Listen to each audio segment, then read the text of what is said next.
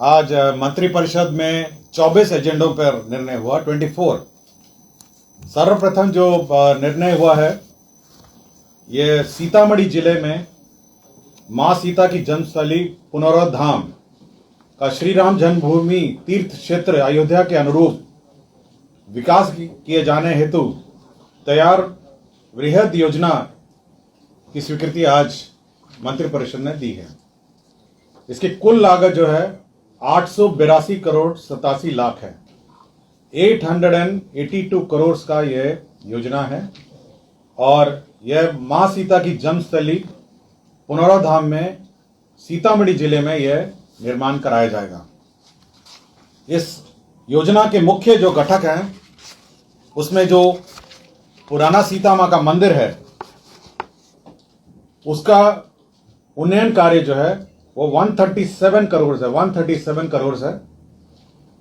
Tourism एवं tourism related infrastructure जो है वह 728 करोड़ है और इसका 10 साल का मेंटेनेंस है वो 16 करोड़ है। कुल मिला के 882 करोड़ की ये परियोजना है और इसका कार्यान्वयन टूरिज्म डेवलपमेंट कॉर्पोरेशन द्वारा कार्यान्वित किया जाएगा। श्रम संसाधन विभाग का एक प्रस्ताव था जिसके तहत एक नई योजना की स्वीकृति दी गई है, जिसका नाम है मुख्यमंत्री प्रतिज्ञा योजना। इस योजना के तहत जो हमारे विभिन्न स्टूडेंट्स हैं, विभिन्न जो पास आउट हैं, जो 12th पास हैं या ITI के पास आउट हैं, स्नातक है, इन सभी को इंटर्नशिप की राशि मिलेगी। जो पास आउट होने के बाद जो विभिन्न कंपनियों में काम करेंगे, ट्रेनिंग लेंगे, प्रशिक्षण लेंगे, इनको इंटर्नशिप की राशि दी जाएगी या 3 महीने से लेकर 12 महीने तक यह राशि दी जाएगी। 3 मंथ से लेकर 12 मंथ तक इंटर्नशिप की राशि दी जाएगी। जो कौशल विकास कार्यक्रम के अंतर्गत जो 12th पास हैं उनको इंटर्नशिप के रूप में 4000 रुपये दिया जाएगा। ITI पास, डिप्लोमा पास को 5000, स्नातक है, स्नातकोत्तर का मासिक इंटर्नशिप 6000। अपने गृह जिला के अतिरिक्त किसी भी जिले में कार्य करने हेतु आजीविका सहयोग हेतु मासिक राशि 2000 या अतिरिक्त 3 महीने तक का मिलेगा और राज्य से बाहर इंटर्नशिप हेतु 5000 प्रति माह अतिरिक्त राशि प्रदान की जाएगी। तो ये सभी जो लाभुक हैं ये DBT के माध्यम से भुगतान होगा। इसके लिए कमेटी बनाई गई है। ये विकास आयुक्त की अध्यक्षता में एक कमेटी टास्क फोर्स गठन किया गया है, जिसमें उद्योग के प्रतिनिधि भी हैं, CII, FICCI, BIA सब हैं। और ये इंटर्नशिप की राशि जो है ये हमारे जो इंटर्न्स हैं उनको उनके खाते में सीधी दी जाएगी। कला एवं संस्कृति विभाग की एक नई योजना है जिसके तहत बिहार राज्य के वरिष्ठ आर्थिक रूप से विपन्न कलाकारों को मासिक पेंशन की योजना अब यह योजना स्वीकृत की गई है। इसके तहत वर्ष 2025-26 में 1 करोड़ रुपए का प्रावधान किया गया है। इसके तहत जो है ये वरिष्ठ कलाकारों को गरिमामयी जीवन जीने का अधिकार है और अपने जीवन का अधिकांश समय कला संस्कृति की सेवा में समर्पित ये लोग कर चुके हैं। अतः ये सरकार ने निर्णय लिया है इन सभी उत्कृष्ट कलाकारों को 3000 रुपये मासिक पेंशन की राशि यह दी जाएगी। इसके लिए कुछ गाइडलाइंस भी है। आयु सीमा कलाकार की युवा कम से कम 50 वर्ष या उससे अधिक होनी चाहिए। इनका आय का भी, इनकम का भी इनका लिमिट है कि 1,20,000 से अधिक नहीं होना चाहिए और अनुभव जिला, राज्य स्तर पर पारंपरिक, शास्त्रीय, चाक्षुष एवं प्रदर्शन कला क्षेत्र में न्यूनतम 10 वर्ष का सक्रिय योगदान होगा। तो ये कलाकारों के लिए बहुत महत्वपूर्ण आज योजना स्वीकृत की गई। एक और आज नई योजना का इसमें स्वीकृत हुआ है। इसमें जो हमारे दुर्लभ कला हैं, समृद्ध संस्कृति विरासत, दुर्लभ एवं विलुप्त प्राय कला को संरक्षित करने का भी राज्य सरकार ने लिया है, जिसमें विलुप्त प्राय लोक गाथाएं हैं, विलुप्त प्राय लोक नाट्य हैं, विलुप्त प्राय लोक नृत्य हैं,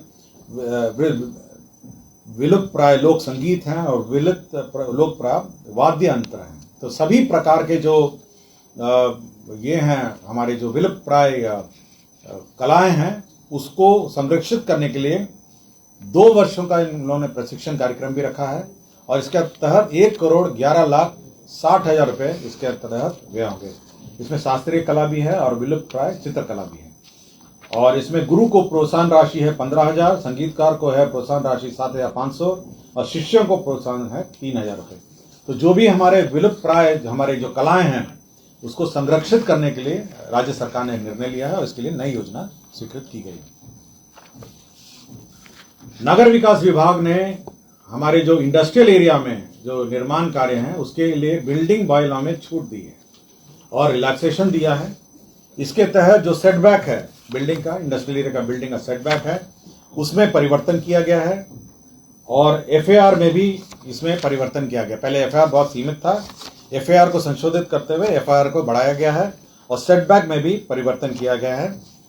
इसमें एफएआर में बहुत बड़ी राहत दी गई है। अभी एफएआर में 3.5 for municipal and development area है और 5 for CBD and TOD area है। तो एफएआर में बहुत रियायत दी गई है और सेटबैक में भी ये मिनिमम सेटबैक फ्रंट है और साइड सेटबैक में भी रियायत दी गई है। पंचायती राज विभाग का आपको याद होगा कि राज्य सरकार ने एक घोषणा की थी, माननीय मुख्यमंत्री जी ने घोषणा की थी, जिसके तहत राज्य स्तरीय पंचायती राज संस्थाओं में ग्राम कचहरी राज्य पंचायती राज संस्थाओं एवं ग्राम कचहरी के निर्वाचित प्रतिनिधियों का इलाज हेतु मुख्यमंत्री चिकित्सा सहायता कोष से अनुदान भी दिया जाएगा। इसकी आज औपचारिक स्वीकृति मंत्रिपरिषद ने दे दी है। कृषि रोड मैप की योजनाएं आज स्वीकृत हुई हैं। इस पहला है केंद्र प्रायोजित प्रधानमंत्री राष्ट्रीय कृषि योजना के तहत मृदा स्वास्थ्य एवं उर्वरता योजना अंतर्गत अनुमंडलीय स्तरीय मिट्टी जांच प्रयोगशाला की स्थापना, जैव उर्वरक एवं कार्बनिक उर्वरक गुणवत्ता नियंत्रण प्रयोगशाला की स्थापना, इसकी आज स्वीकृति दी गई है। कृषि रोड मैप के अंतर्गत ही कृष्णोन्नति योजना के तहत सब मिशन ऑन एग्रीकल्चर एक्सटेंशन योजना, इसकी आज स्वीकृति दी गई है। आज केंद्र प्रायोजित योजना national mission on natural farming अंतर्गत इस योजना की स्वीकृति दी गई है और राज्य योजना कृषि रोड मैप के तहत मुख्यमंत्री गन्ना विकास कार्यक्रम के तहत 49 करोड़ की योजना स्वीकृत की गई है। राज्य में स्वास्थ्य विभाग द्वारा जो राज्य चिकित्सा महाविद्यालय नए नए बन रहे हैं और बहुत सारे बन गए हैं, उसमें स्वास्थ्य सुविधा उपलब्ध कराने हेतु शैक्षणिक पदों पर संविदा के आधार पर नियुक्ति का निर्णय लिया है। पर्यावरण जलवायु परिवर्तन विभाग द्वारा केंद्र प्रायोजित स्कीम के अंतर्गत राष्ट्रीय जलीय पारिस्थितिकी तंत्र संरक्षण हेतु गोकुल जलाशय भोजपुर, इसका विकास का निर्णय लिया गया। इसके तहत 32,48,30,000 रुपये व्यय होंगे।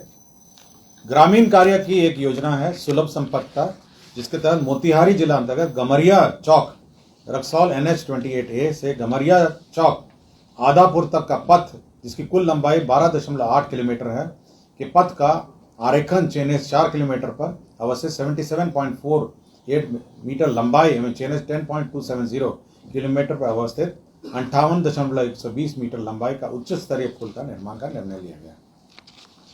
जल संसाधन विभाग द्वारा सिंचाई प्रमंडल जहानाबाद अंतर्गत जहानाबाद जिले के पुनहदा पंचायत में विभिन्न गांवों में सिंचाई योजना का पुनर्स्थापन एवं संपोषण कार्य यह स्वीकृत किया गया। इसके तहत 42 करोड़ 98 लाख व्यय होंगे। श्रम संसाधन विभाग ने जो खतरनाक उद्योग में महिलाएं को कार्य करने में प्रतिबंध था, एक ये बिहार कारखाना नियमावली 1950 का नियम 95 में 13 अनुसूचियों में अंकित खतरनाक जो कार्य हैं वो महिलाओं के लिए प्रतिबंधित था। इस प्रतिबंध को अब हटा लिया गया है। इसमें केवल गर्भवती एवं दूध पान कराने वाली माताओं का नियोजन प्रतिबंधित रहेगा। अन्य सभी महिलाओं को इस उद्योग में कार्य करने का अब अवसर होगा। इससे महिलाओं को रोजगार के और अवसर बढ़ेंगे। विभिन्न सेवाओं संवर्ग में प्रोन्नति के लिए वेतन स्तर के आधार पर निर्धारित न्यूनतम कालावधि इसमें शांत किया गया है। सामान्य प्रशासन विभाग का एक प्रस्ताव था, जिसके अंतर्गत माननीय उच्चतम न्यायालय के अंतर्गत जो सेवानिवृत्त मुख्य न्यायाधीश हैं, न्यायाधीशों के घरेलू सहायता मान्य सुविधाएं नियमावली 2025 की स्वीकृति यह दी गई है। निर्वाचन विभाग ने आगामी विधानसभा के चुनाव में मतपत्रों का जो प्रिंटिंग है way message Saraswati press Kolkata में करने का निर्णय लिया है। मंत्रिपरिषद ने संसदीय कार्य विभाग में जो विधानसभा के सभा सचिवालय में जो डायरेक्टर हैं राजीव कुमार निदेशक हैं, उनका नियोजन अवधि समाप्त हो रहा था, उसे 1 वर्ष और बढ़ाया है।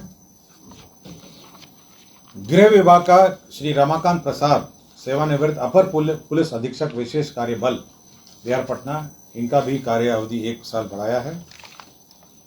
जमीन स्थानांतरण के अररिया जिला अंतर्गत अंचल अररिया, मौजा, रामपुर, कोदरकट्टी में राजकीय चिकित्सा महाविद्यालय में अस्पताल बनाने का निर्णय लिया गया है।